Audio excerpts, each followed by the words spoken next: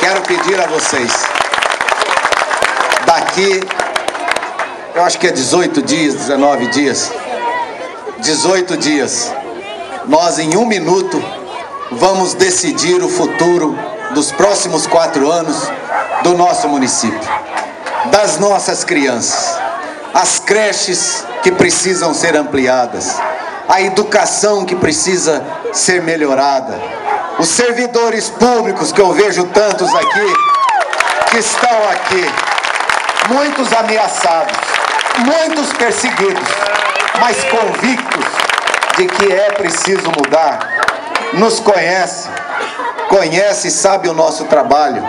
Fomos parceiros nos 4 anos que assumimos a prefeitura municipal, fomos parceiros e muito fizemos por esse município.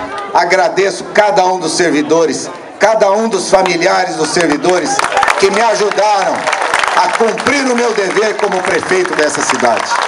Portanto, meus amigos, está chegando a hora, está chegando o dia 7, é o dia da esperança, é o dia da alegria, é o dia que Ourinhos vai mudar, é o dia que Ourinhos vai começar a melhorar.